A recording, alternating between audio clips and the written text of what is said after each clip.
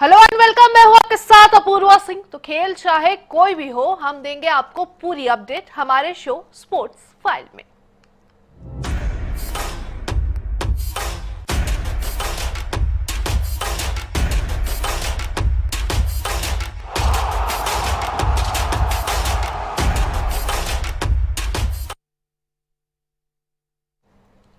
तो भारत और श्रीलंका मैच का आज चौथा दिन है। भारत ने पहली पारी में 462 रन बनाए थे, जबकि जवाब में श्रीलंका की पहली पारी 284 रन पर सिमट गई थी। इस तरह भारत को पहली पारी में 178 रन की बढ़त मिली थी। पहली पारी में भारत की ओर से बाएं हाथ के स्पिनर मानव सुधार सबसे सफल गेंदबाज रहे। उन्होंने 76 रन देकर 4 विकेट अपने नाम किए। सुथार ने अपनी शानदार गेंदबाजी से श्रीलंकाई बल्लेबाजों को लगातार परेशान किया और अहम मौकों पर टीम को सफलता दिलाई। अनुभवी रविंद्र जडेजा ने भी उनका अच्छा साथ दिया और 57 रन देकर 3 विकेट झटके। मोहम्मद सिराज, प्रसिद्ध कृष्णा और कुलदीप यादव को एक सफलता मिली। तो भारत श्रीलंका टेस्ट मैच का चौथा दिन है और आज चौथा दिन है। लगातार ये मैच सीरीज जो है वो चल रही है और काफी अच्छा परफॉर्मेंस जो है वो देखने को मिला है।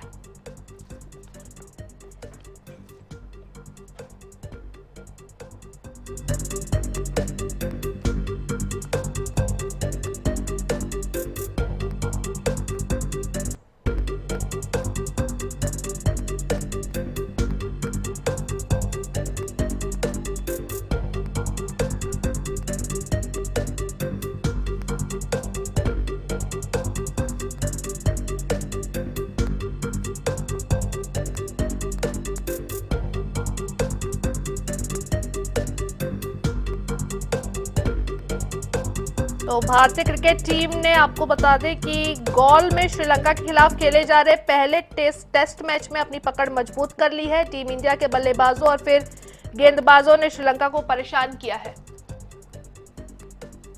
तो पूर्व रणजी खिलाड़ी अजय रमनानी जी हमारे साथ जुड़ चुके हैं। अजय जी, बहुत बहुत स्वागत है आपका आयनिश पर। मैच किस तरफ जाता हुआ देखते हैं आप?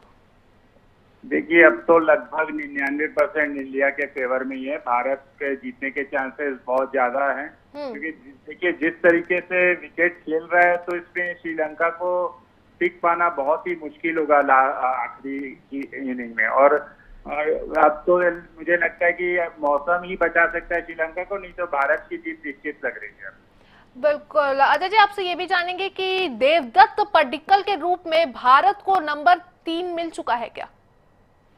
देखिए, देवदत्त पड्डीकल ने बहुत अच्छी पारी खेली और लेकिन देखिए अभी उनका ये पहला मैच था, तो हम इतनी जल्दी ये नहीं कह सकते कि वो हमेशा के लिए आपको एक ऐसा नंबर 3 का खिलाड़ी मिल जाए। लेकिन निश्चित ही जिस तरीके से उन्होंने इसका मुश्किल विकेट में बल्लेबाजी की और जो स्ट्रोक्स और जो कॉन्फिडेंस उन्होंने दिखाया, उससे लगता है कि एक बहुत अच्छा खिलाड़ी भारत को मिला है और हम चाहेंगे कि ये बहुत लंबा भारत के लिए खेले। बहुत अच्छी बात होगी।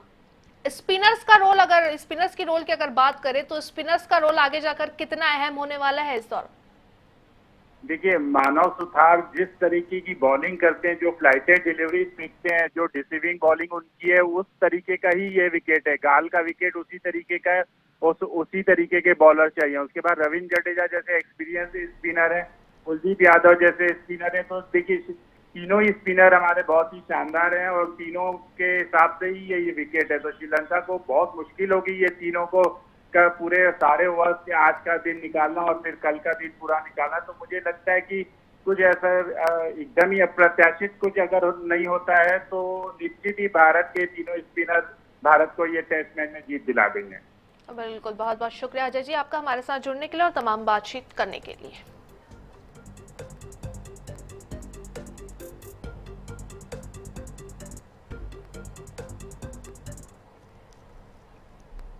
इधर विमेंस हॉकी वर्ल्ड कप में भारत का सामना आज साउथ अफ्रीका से होगा।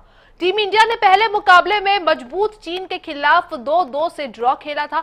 इस मुकाबले में जीत भारत को अगले राउंड के करीब पहुंचा देगी। दूसरी ओर साउथ अफ्रीका को अपने पहले मुकाबले में इंग्लैंड के खिलाफ 4-0 से हार मिली थी। पूल डी का यह मुकाबला शाम 6:30 बजे से वैगनर हॉकी स्टेडियम एम्स्टलविन में खेला जाएगा। भारत के ग्रुप में चीन, साउथ अफ्रीका और इंग्लैंड है। नए फॉर्मेट में हर पूल की टॉप 2 टीमें अगले चरण में पहुंचेगी। भारत 1 अंक के साथ पॉइंट्स टेबल में तीसरे स्थान पर है, वहीं साउथ अफ्रीका बिना खाता खोले अंतिम पायदान पर है। भारत अगर यह मुकाबला जीतता है तो उसके 4 अंक हो जाएंगे। इसके साथ ही टीम का अगले राउंड में पहुंचने का दावा मजबूत हो जाएगा। हालांकि उसे आखिरी मुकाबले में इंग्लैंड से कम ड्रॉ खेलना होगा।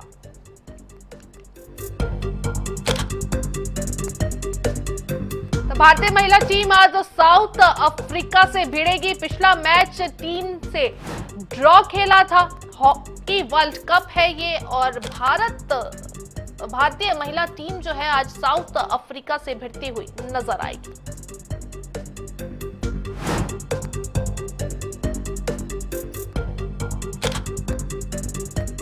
साउथ अफ्रीका से आज भारतीय महिला टीम भिड़ेंगी। पिछला मैच चीन से इन्होंने ड्रॉ खेला था, तो काफी ज्यादा नजर है आज के इस मैच पे, क्योंकि अगर आज का मैच ये भारतीय टीम जीतती है तो एक पायदान आगे बढ़ती हुई नजर आएगी।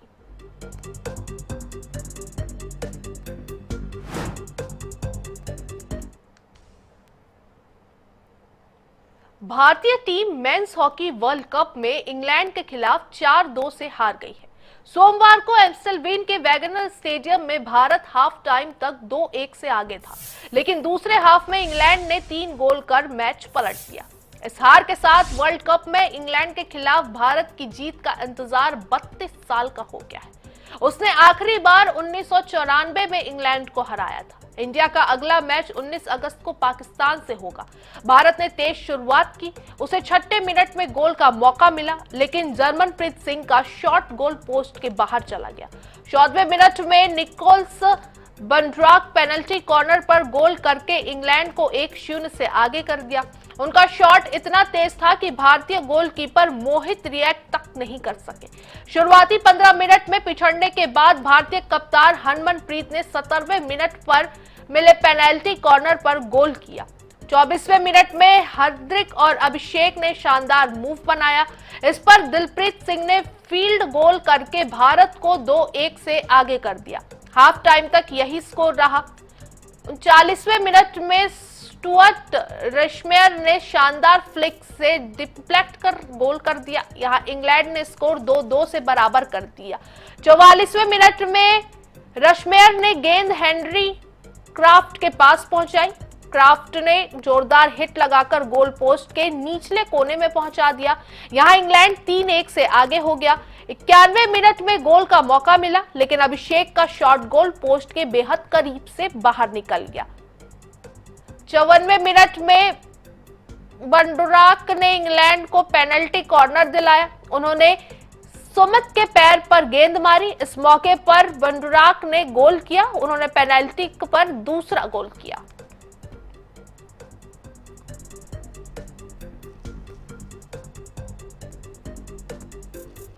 तो अब पाकिस्तान से जीतना भारत के लिए बेहद जरूरी हो चुका है। हॉकी वर्ल्ड कप में इंग्लैंड ने भारत को 4-2 से हराया है। निक बंडुराक ने पेनल्टी पर 2 गोल दागे और इसी के साथ अब पाकिस्तान से भारतीय टीम का जीतना बेहद जरूरी हो चला है।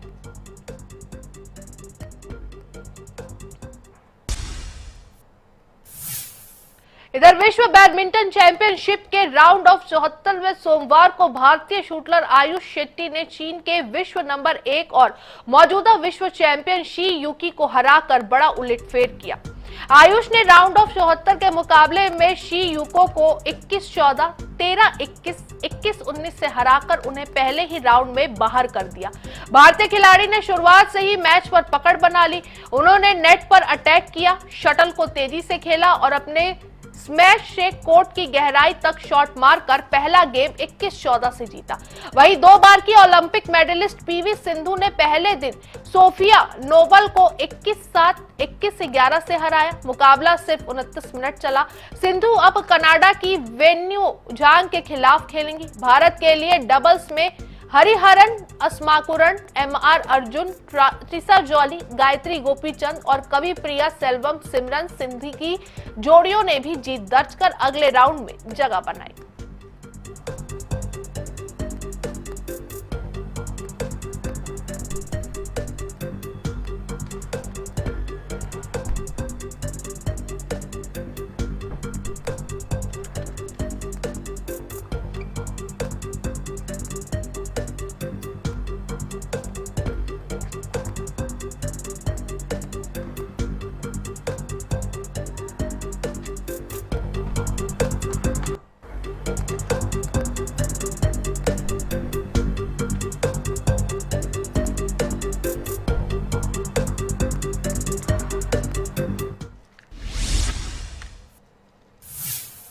भारत में फ्रेंचाइजी वॉलीबॉल का बढ़ता इकोसिस्टम और खास तौर पर अंडर 21 टूर्नामेंट युवा खिलाड़ियों के लिए ग्रासरूट लेवल से प्रोफेशनल गेम और आखिर में सीनियर नेशनल टीम तक पहुंचने का रास्ता बना रहे हैं। इसका मकसद ओलंपिक के लिए क्वालिफाई करना है। हाल ही में गोवा गार्डियंस के आयोजित पहली गार्डियंस ट्रॉफी में देश भर के अंडर 21 खिलाड़ी शामिल हुए। इससे उन्हें फ्रेंचाइजी लेवल पर खेलने और कोच और स्काउट्स के सामने अपना हुनर दिखाने का मौका मिला।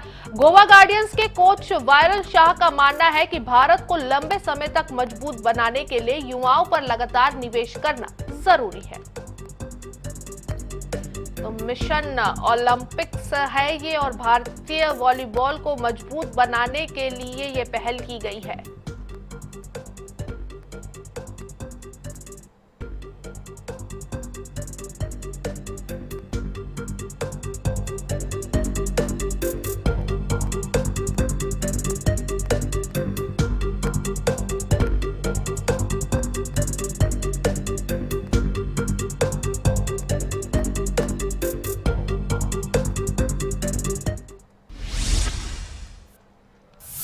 इधर हैदराबाद ब्लैक हॉक्स अंडर 21 ने रविवार को मेजबान गोवा गार्डियंस अंडर 21 को 3-1 से हराकर पहली वॉलीबॉल गार्डियंस ट्रॉफी जीती। टीम के कप्तान दीपक ने इस जीत का श्रेय टीम के मजबूत तालमेल और कॉम्बिनेशन को दिया है। सेमीफाइनल में अहमदाबाद डिफेंडर्स अंडर 21 को सीधे सेंटो में हराने वाली हैदराबाद टीम ने फाइनल की शुरुआत जबरदस्त अंदाज में की और पहला सेट 16-7 से जीता। गोवा को घरेलू दर्शकों का समर्थन था, उसने वापसी करते हुए दूसरा सेट 15-11 से जीता, लेकिन हैदराबाद ने कड़े मुकाबले वाले तीसरा सेट 16-14 से जीतकर बढ़त बना ली। ब्लैक हॉक्स ने चौथा सेट 15-8 से जीता और खिताब अपने नाम कर लिया।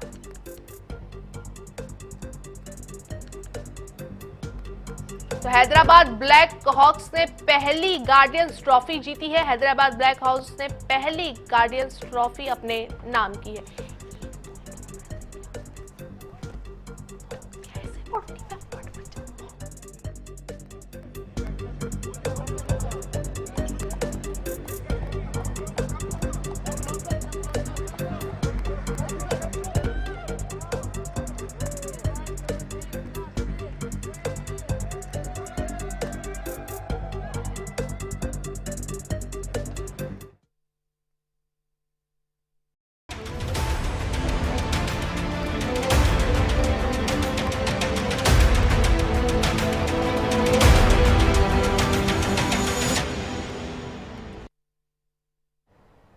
और वक्त अब वर्ल्ड अपडेट का हो चला है, जहां हम करवाएंगे आपको विदेशी हलचल से अपडेट। तो अमेरिका और ईरान के बीच शांति वार्ता को लेकर बड़ा अपडेट सामने आया है। राष्ट्रपति डोनाल्ड ट्रंप ने 60 दिन की तय सीमा बढ़ाने से इनकार कर दिया है। ट्रंप का कहना है कि ईरान समझौता करना चाहता है, लेकिन अमेरिका जिस तरह की डील चाहता है उसके लिए तैयार नहीं है। दोनों देशों के बीच सबसे बड़ा विवाद ईरान के परमाणु कार्यक्रम को लेकर है। इसके अलावा हॉर्मुज स्ट्रेट खोलने और स्थायी शांति समझौते पर भी सहमति नहीं बन पाई है।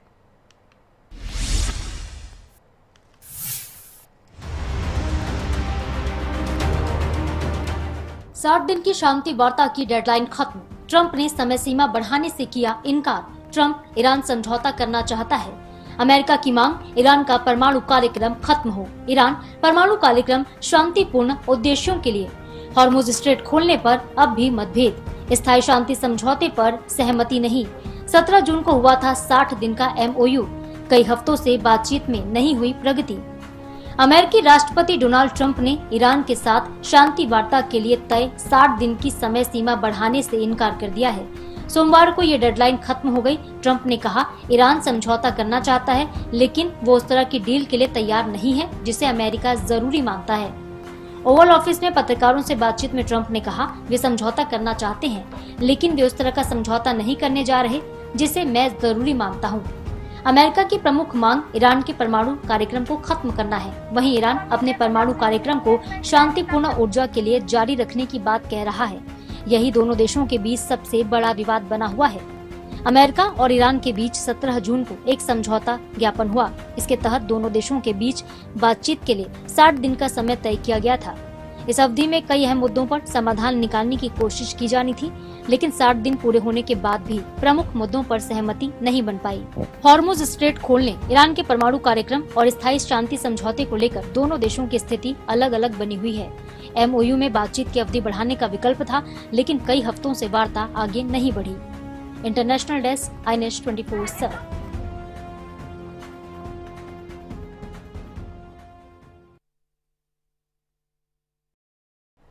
अमेरिकी राष्ट्रपति डोनाल्ड ट्रंप ने एक बार फिर ओमान पर बम गिराने की धमकी दी है। उन्होंने कहा है कि अगर वो ईरान के साथ उनके प्रशासन की बातचीत में रुकावट डालते हैं तो उस पर बमबारी करेगा। ओमान अमेरिका का सहयोगी देश है। ट्रंप का ये बयान तब आया जब ईरान ने कहा है कि वो हार्मुज जलडमरू मध्य से जहाजों की आवाजाही को संचालित करने की योजना पर ओमान के साथ मिलकर काम कर रहा है। रिपोर्ट के मुताबिक सोमवार को फोन पर हुई बातचीत में ट्रंप ने ये धमकी दी। बता दें कि ओमान लंबे समय से खुद को इस संघर्ष में तटस्थ देश बताता रहा है। अमेरिका और ईरान के बीच बातचीत में भी वह मध्यस्थ की भूमिका निभाता रहा है। युद्ध शुरू होने के बाद ईरान की ओर से ओमान पर कई हमले हुए, लेकिन इसके बावजूद दोनों देशों के बीच बातचीत कराने में उसकी भूमिका बनी रही। ट्रंप का बयान इसलिए भी अहम माना जा रहा है क्योंकि ये पहली बार है जब उन्होंने मध्यस्थ की भूमिका निभा रहे ओमान को सीधे सैन्य कार्रवाई की धमकी दी है। तो अमेरिकी राष्ट्रपति डोनाल्ड ट्रंप की एक और धमकी निकलकर सामने आई है और इस बार ट्रंप ने ओमान को धमकी दी है। कहा है कि अगर ईरान से बातचीत में रुकावट डालता है तो उस पर भी बमबारी की जाएगी।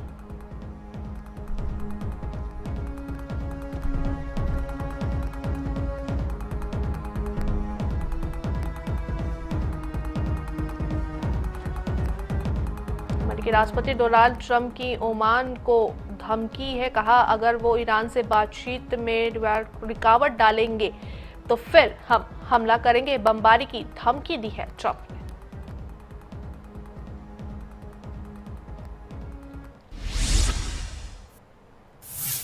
अमेरिकी राष्ट्रपति डोनाल्ड ट्रंप ने रविवार को पेंटागन को साउथ कोरिया के साथ होने वाले संयुक्त सैन्य अभ्यास को कम करने का आदेश दिया है। उनके इस फैसले ने सबको चौंका दिया है। लोग सवाल कर रहे हैं कि क्या किम जोंग की धमकी के बाद ट्रंप ने यह फैसला लिया है। आइए समझते हैं पूरी खबर।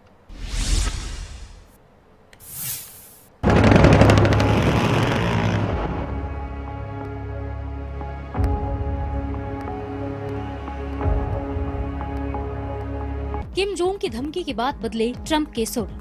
ट्रंप ने साउथ कोरिया के साथ सैन्य अभ्यास घटाने का दिया आदेश। किम जोंग ने दी थी धमकी। 18,000 दक्षिण कोरियाई सैनिक 11 दिवसीय अभ्यासों में होंगे शामिल। अमेरिकी राष्ट्रपति डोनाल्ड ट्रंप ने रविवार को पेंटागन को साउथ कोरिया के साथ होने वाले संयुक्त सैन्य अभ्यास को कम करने का आदेश दिया है। ट्रंप के इस फैसले के पीछे की वजह ईरान के खिलाफ अमेरिकी प्रयासों के साथ साउथ कोरिया के सहयोग से इनकार और नॉर्थ कोरिया को अभ्यासों से मिलने वाले दुश्मनी भरे संकेत को बताया जा रहा है। ट्रंप ने सोशल मीडिया पर एक पोस्ट में कहा, मैंने हाल ही में दक्षिण कोरिया के राष्ट्रपति से ईरान को परमाणु मुक्त करने की अमेरिकी कोशिश में शामिल होने के लिए कहा था। उन्होंने कहा, नहीं धन्यवाद। ट्रंप ने आगे लिखा, इस हफ्ते शुरू होने वाले अभ्यास न केवल महंगे हैं बल्कि उत्तर कोरिया को पूरी तरह अनुचित और दुश्मनी भरा संकेत भी देते हैं। उन्होंने कहा कि व्हाइट हाउस में उनके कार्यकाल के दौरान उत्तर कोरिया का व्यवहार बिना किसी खतरे वाला और सम्मानजनक रहा है। ट्रंप ने आगे कहा, इस बात को ध्यान में रखते हुए इसे रद्द करने में अब बहुत देर हो चुकी है। मैंने रक्षा सचिव पीट हेग्सेथ को संयुक्त सैन्य अभ्यासों में काफी कटौती करने का निर्देश दिया है। एक रिपोर्ट के अनुसार 18,000 दक्षिण कोरियाई सैनिकों की भागीदारी वाले इन 11 दिवसीय अभ्यासों की योजना उत्तर कोरियाई खतरों के खिलाफ तैयारी को मजबूत करने के लिए बनाई गई थी। उत्तर कोरिया के तानाशाह किम जोंग उन ने शुक्रवार को इन अभ्यासों की निंदा करते हुए इन्हें आक्रामक युद्ध का पूर्वाभ्यास बताया और अमेरिका और दक्षिण कोरिया के खिलाफ अनिर्दिष्ट जवाबी कार्रवाई की धमकी भी दी थी। International desk, INS 24/7। इधर अमेरिकी राष्ट्रपति ने इंडिया के चुनावी सिस्टम की तारीफ की है। डोनाल्ड ट्रंप ने, आपको बता दें कि इलेक्शन कमीशन, इंडिया के इलेक्शन कमीशन की तारीफ की है। उन्होंने अपने social media platform truth social पर ट्रंप ने लिखा है कि भारत के मुख्य चुनाव आयुक्त ज्ञानेश कुमार ने उनकी सरकार से पूछा था कि अमेरिका में बिना किसी फोटो आईडी के चुनाव कैसे कराए जा सकते हैं। देखिए।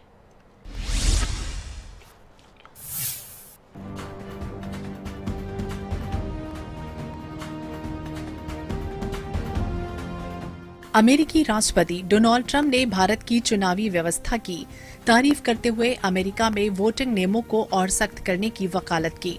ट्रंप ने अपने social media platform truth social पर भारत के मुख्य चुनाव आयुक्त ज्ञानेश कुमार का जिक्र किया। ट्रंप के मुताबिक ज्ञानेश कुमार ने अमेरिकी प्रशासन से सवाल किया था कि बिना वैध फोटो आईडी के अमेरिका में चुनाव कैसे हो सकते हैं। ट्रंप ने भारत में बड़ी संख्या में मतदाताओं और फोटो आईडी की अनिवार्यता का हवाला देते हुए अमेरिका में सेफ अमेरिका एक्ट लागू करने की मांग की। भारत में अमेरिकी राजदूत सर्जियो गौर ने भी ट्रंप की टिप्पणी का समर्थन किया। प्रस्तावित सेफ अमेरिका एक्ट में मतदाता पहचान और नागरिकता के प्रमाण से जुड़े कई प्रावधान शामिल हैं। ट्रंप की टिप्पणी से भारत अमेरिका की चुनावी व्यवस्थाओं की तुलना एक बार फिर चर्चा में है। भारत के पिछले चुनाव में 64.6 करोड़ वोटर थे। 1% से भी कम लोगों ने डाक से वोट दिया और हर वोटर के पास एक वैलिड फोटो पहचान पत्र होना जरूरी था। अभी हमें द सेफ अमेरिका एक्ट पास करने की जरूरत है, ट्रंप ने लिखा। मुख्य चुनाव आयुक्त ज्ञानेश कुमार की इलेक्शन के दौरान काफी आलोचना हुई थी। अब अमेरिकी राष्ट्रपति ट्रंप ने भारतीय चुनाव आयोग की तारीफ की है। भारत में अमेरिकी राजदूत सर्जियो गौर ने भी भारत की चुनाव प्रणाली का जिक्र करते हुए अमेरिकी राष्ट्रपति बिल्कुल सही थे। गौर ने कहा कि भारत के पिछले चुनाव में 646 मिलियन मतदाताओं का जिक्र है और कहा कि हर मतदाता के पास हर आईडी होना जरूरी था। उन्होंने कांग्रेस से सेफ अमेरिकी एक्ट पास करने की भी अपील की। बता दें, प्रस्तावित कानून अमेरिका में चुनाव के कड़े नियमों के लिए है, जिनमें वोटर की पहचान, नागरिकता के सबूत से जुड़ी कई शर्तें हैं। इसे लागू करने के लिए ट्रंप कोशिश कर रहे हैं, हालांकि ये उनका एक अहम हिस्सा बन गया।